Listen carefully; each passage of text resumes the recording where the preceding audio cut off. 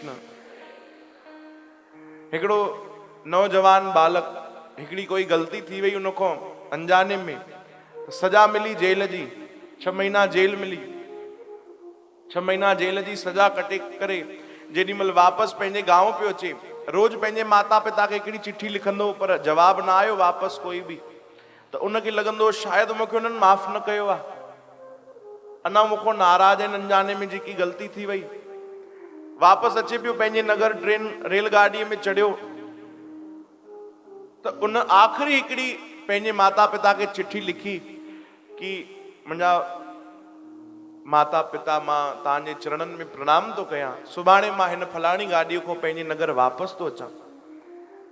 जे अगर तव्हां मूंखे माफ़ कयो आहे, मुते बख़्शीश कयो था, मूंखे माफ़ी ॾियो था, तो बस हिकड़ी निशानी रखजो कि असांजे नगर जो जेको रेलवे स्टेशन आहे उते हिकिड़ो वॾो वण आहे, उन वण ते हिकड़ी तव्हां गेरुए रंग जी झंडी टंगे छॾिजो। चओ हरे राम। वो झंडी मां ॾिसंदुमि, झंडो ॾिसंदुमि, ध्वज, त पोइ मां सम्झी वेंदुमि मुंहिंजे माता पिता मूंखे माफ़ कयो आहे, मां पंहिंजे घर अची वेंदुमि। जे अगरि झंडी न ॾिसंदुमि त बसि मां सम्झी वेंदुमि तव्हां मूंखे माफ़ न कयो आहे। उन रेलगाॾी में मां पोइ अॻिते वधी वेंदुमि, जाॾे मंज़िल वठी वई। इहा आख़िरी चिठी उन बालक नौजवान लिखी, पंहिंजे माता पिता खे मोकिली, रेलगाॾीअ में चढ़ियो। उते हिकिड़ा संत बि वेठा हुया उन ई कोच में, उन ई बोगीअ में। वो संत खिड़कीअ जे पासे वेठा, वो बालक वञी करे हथ जोड़े चवण लॻो, साईं तव्हांजी अगरि आज्ञा हुजे त मां खिड़कीअ ते वेहा। जिद करण लॻो। संतन चयो, छो भाई एॾो वॾो थियो, हिनमहिल बि तोखे इहे ॿारनि जहिड़ा शौक़ु आहिनि छा खिड़कीअ ते वेहण जा? चई न न साईं, ईअं ॻाल्हि न आहे, पर मां पंहिंजे माता पिता खे चिठी पूरी ॻाल्हि ॿुधाई त मूंखे झंडी ॾिसणी आहे, उन्हनि लॻाई आहे कि न, इन जे लाइ मां वेहण थो चाहियां। ईअं न थिए कि मां ॾिसी न सघां, अॻिते निकिरी वञा। अरे संत भावुक थी विया, चयो हा हा पुट तूं वे तूं वे।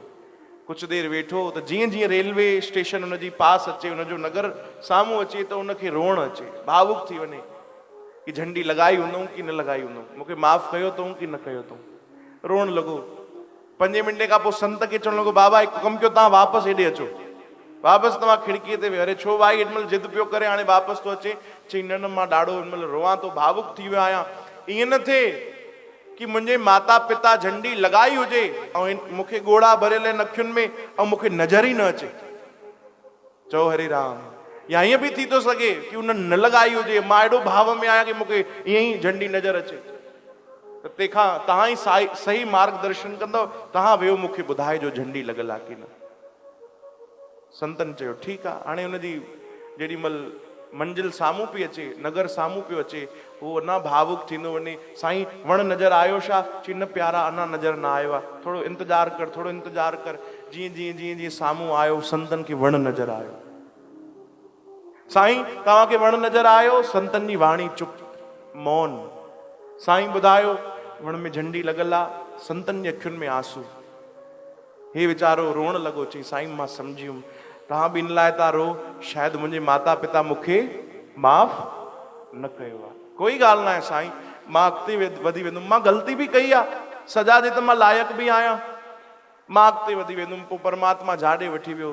तव्हां छो था रो साईं? अरे न प्यारा, संतनि चयो मां इन लाइ नथो रोआं प्यारा, इन लाइ थो रोआं कि तुंहिंजा माता पिता तोसां एॾो प्रेम कंदा आहिनि, एॾो प्रेम कंदा आहिनि कि तूं हिकु झंडी चई, हुननि अनेक झंडियूं लॻाई आहिनि कि ईअं न थिए हिकिड़ी झंडी मुंहिंजे पुट खे नज़र न अचे ऐं अॻिते न वधी वञे। उहो अनेक झंडियूं लॻाई आहिनि कि हिकु बि अगरि नज़र अची वई लही पवंदो ऐं सम्झी वेंदो मूंखे माफ़ी मिली वई आहे। चओ हरे राम। संत भावुक थी विया। बालक लही करे पंहिंजे माता पिता खे हुन प्रणाम कयो, जीवन जी नई शुरूआत कई। सही मार्गदर्शन त संत कंदा आहिनि। इशारो त भगवान बि असांखे ॾियनि था झंडीअ जो। उहे झंडियूं कहिड़ियूं आहिनि ख़बर अथव? झंडा कहिड़ा आहिनि? इहे संतनि जा दर। चओ हरे राम।